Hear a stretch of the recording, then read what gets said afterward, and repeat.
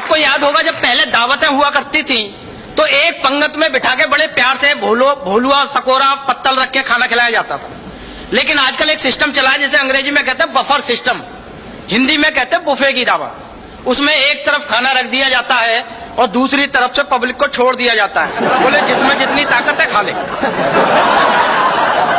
कि आप माने ना माने लेकिन हमारे लिए सबसे बड़ी आफत बुफे की दावत। अच्छा, एक दिन जाना पड़ा बारात में, बीवी बच्चे थे साथ में, सभी के सभी बाहर से शो पीस मगर अंदर से रूखे थे। क्या करें भाई साहब, सुबह से भूखे थे।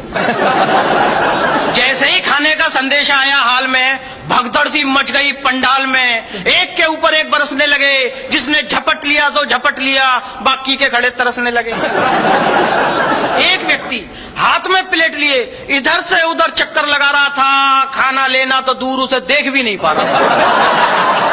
दूसरा अपनी प्लेट में चावल की तस्तरी झाड़ लाया था, उससे कहीं ज्यादा तो अपना कुर्ता फाड़ लाया था। तीसरी एक महिला थी जो ताड़ के वृक्ष की तरह तनी थी, उसकी आधी साड़ी पनीर की सब्जी में सनी थी।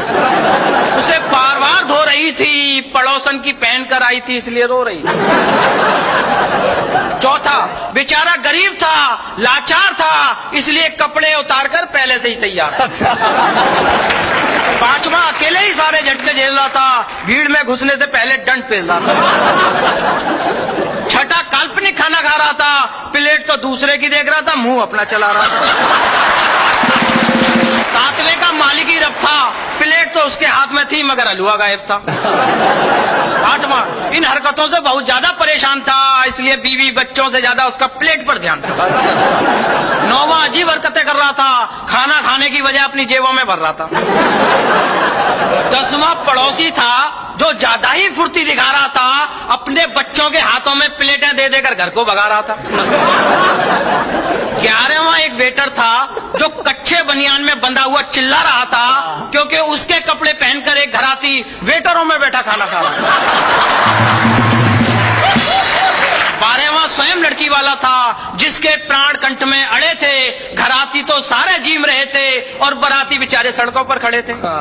अंत में देखते हुए ये हालत, हमने अपनी पत्नी से कहा डियर लौट चले सही सलामत। सुनते ही पत्नी बिगड़ गई, पता नहीं किस बेवकूफ के पल्ले पड़ गई।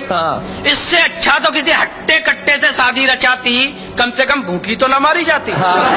लेकिन इससे शादी रचाकर आज तक अपने मन को कचोट रही हूँ और जिंदगी में पहली बार किसी दावत से भूखी लौट रही हूँ। जिंदगी में पहली बार